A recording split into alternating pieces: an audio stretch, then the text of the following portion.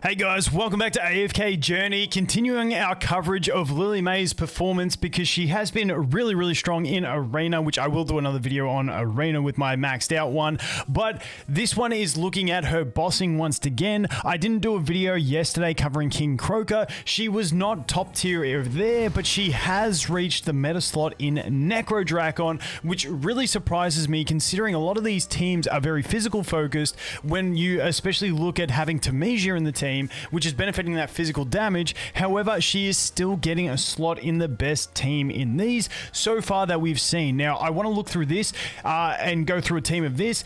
Basically, King Croaker, I think for the whale meta, and I'll show you guys some of the players in my region as well, more free-to-play, friendly type stuff, what was happening. But I think for the Giga Whale territory in King Croaker, it's just a matter of survivability. You can see they run 3 healers and 2 tanks in this team, and it's just about surviving that AoE bomb that he throws out because it is so chunky and deals so much damage. If you go too heavy on DPS, especially when you crank the boss's damage scaling up so high, you just get one shot. So I believe that is the main reason she is not finding a spot here. We are over here in District 1. You can see, I think there was down a little bit. I did see one of her. Yeah, she came into this team here. So I think she is viable in King Croaker, but not best in slot. And I'll show you guys on my free-to-play type side of things as well in a minute. But then we also have the NEKRODRAKON, where now she has basically obtained the spot. I'm pretty sure she is just effectively yoinked from most people's teams the spot that Corin had, and they're bringing Merrilee. Once again, I have a completely different team that she's working really well in, but she just has so much damage in these bosses. You can see Merrilee in this fight actually getting more close to her damage due to the fact that it is more physical focused on the team.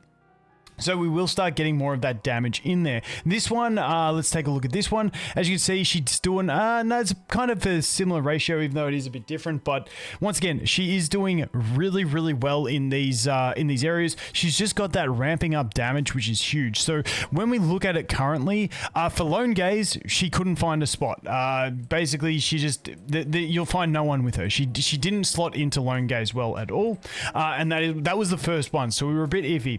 Alpha Bear, she easily gets a slot in the best team there. Then we jumped over into Skyclops, where once again she easily gets a slot in the best team. She does massive damage. King Croaker, she is viable but not optimal is the way I see it. And NEKRODRAKON, she's once again in the meta. So far from what we've seen, she is meta in 3 of 5 bosses. We do have Snow Stomper to go, and then I will do my complete summary video of her and pull recommendations and stuff like that. So let's jump in and take a look at this team that we've got going on here. There are a few to choose from. We're just going to have a quick browse. I know the whale meta isn't for everyone, but we can just take a look. She does slap hard. Now, for free-to-play players and stuff like that, keep in mind, or like, you know, you've got different options. Like I don't have these type of teams, obviously, but you can definitely adjust your positioning, and you can use her. And I found that sometimes using her can manipulate AoEs from enemies, from the bosses that go to the most condensed area of allies, because sometimes she's using her iframes, which can switch positioning of it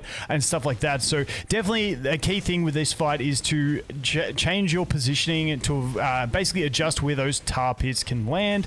It's a very important thing to play around with. And once again, she can kind of like RNG fights to go different, where you get the tar pit in one position sometimes and then the other sometimes, because if she's using her dance when the boss uses it, she's not considered to be in that position, and so she can fade out of it. But as you can see, you do lose a fair few units, but just whale stuff doing massive damage. But what I'm going to do is I'm going to bounce over to my account and show you how we're doing over there. Okay, so over here in my district, we do start seeing a bit more variety. You can see the big whale teams here using the double cell hypos. We go into some that don't actually have her as well. I don't know if everyone's made their attacks. Keep in mind it's only 2 hours after the start of the day, so we do still have a lot of these types of teams which have been getting some play. You know, these types of things as well. But I'm curious to see where she falls in more free-to-play land and stuff like that. I feel like this is a kind of team a lot of people would be looking at using if you have Tamesia built up, and a lot of people that went for Rainier. Once again, you've got that, or you've got the Merrilee option of it. There's different ways to play it, of course, and you just got to play with what you have. It's also dependent on investment. If you're like me, I invested heavy into her exclusive equipment, where I didn't on the others, so she's obviously going to give me better results. But just for an interesting one, you can see here, this is the team I use. Now, my previous best team was with Thorin in this spot. However, I tried replacing both Corrin and Marilee with her, and I couldn't get the same kind of damage as just doing basically this. Now, mine is obviously unique because I do have Talene in here. If I didn't have Talene, I would probably just be doing something like this and slapping that in and going for it. But because I do have the Talene, I do have the ability to cheese, where Talene enables me to put the flame on my Smokey, and essentially what Smokey does is if he dies, he can come back, and I've made a video on this in the past. So my Smokey can die in this boss, come back, not get the reduction, and he can actually use his third ult and get a full damage soak out of his third ult. So it's like a cheesy thing I can do, but once again, I found running the triple DPS in this one, or 4 DPS essentially, 5 if you include Smokey, was the way to go. So I'll show you my best replay because it is a bit RNG dependent, and I finally did get a good one. You can see my best is 39. It's not crazy, but you know, it's pretty decent for the free-to-play life. You know how it is. But that's a look at the damage spread. And as you can see, she's far exceeding the damage of anyone else in the team. That is definitely due to her exclusive equipment investment being at plus 23 as opposed to plus 10 on Marilee and Corrin. So let's go ahead. I'll show you guys my replay. But I really do love my Talene techs. Like I know you guys must get annoyed at me at seeing Talene because everyone went Rainier, but I mean, I just have fun with it. So, dude, Talene saved this game for me.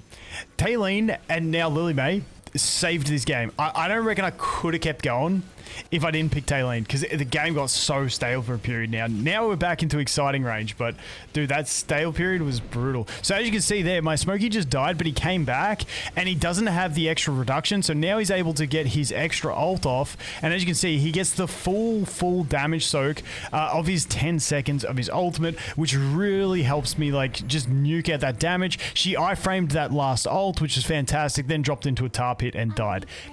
Now, I just thought we'll jump in here and we'll try a full free-to-play type run with her, obviously. Take my Talene out. This definitely is not going to do as well, but I'm curious to see the kind of damage that we can put out in this one, because this fight is a bit of a unique one. A lot of the units, like using Tamisha and stuff like that, are a bit more niche. Another one, even I don't have built, is my Croaker. So a lot of these units that some people may tech into it are not options for me personally, so I'm curious to see what we can do with a, you know, without my Talene, because Talene sort of became the cornerstone of most of my Dream Realm teams, even though she's not like the god tier meta. When you're lacking a bunch of different options, she actually slots into this a bunch of these teams really well. So from 34, okay, everyone tapped there.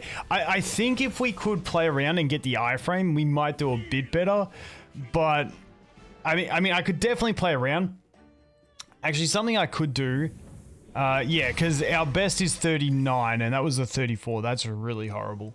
But it's one of those ones, like, the problem with me taking Talene is if you don't have Talene, you've definitely got Rainier built, is probably what 90% of people have. So I'm struggling for other options, but let's just have a quick look at this. Maybe I need to put Thorin in the front row. I don't know. Maybe that would let old mate survive, Smokey survive longer, which would allow everyone else to survive longer. I'm not too sure. Let's take a look. But yeah, obviously I'm not going to get my Smokey damage in this fight. It just doesn't happen without the Talene revive. Because there he goes there. She did iframe that ult, which is pretty huge. Okay, she iframed that entire puddle, which was good. Now she's dead. Now she's dead. Yeah. Nah. Dude, I got nothing. I need Talene, and that's about it. But definitely experiment with what you guys got. If you built her, definitely strong in this fight. She does have that movement advantage as well. But that is it for this one. Like I said, not meta in Croaker. Not meta in... Oh, I think she's viable in Croaker, just not full meta. Because wait, well, let's have a look. Let's have a quick look at Croaker on my account. So Croaker, I finished rank 5, and my formation... Did I use her in my team? I can't even remember now. Yeah, and I still used her in my team.